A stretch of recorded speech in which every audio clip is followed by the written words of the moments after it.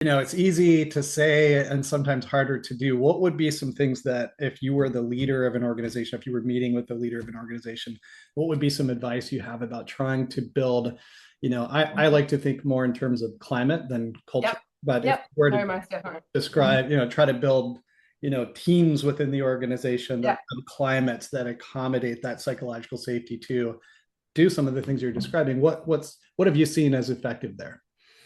So definitely having supervisors and leaders that come from a place of curiosity, Mhm. humbleness, humility, care. And in fact, Sydney's 10 Virtues of a Positive Safety Culture, the new book that's come out, all of those virtues, kindness, forbearance, humility, all of those things, empathy, speak to exactly what we want our leaders to have in a learning orientated organization, but in an organization that really just gives a damn, Steve, at the end of the day.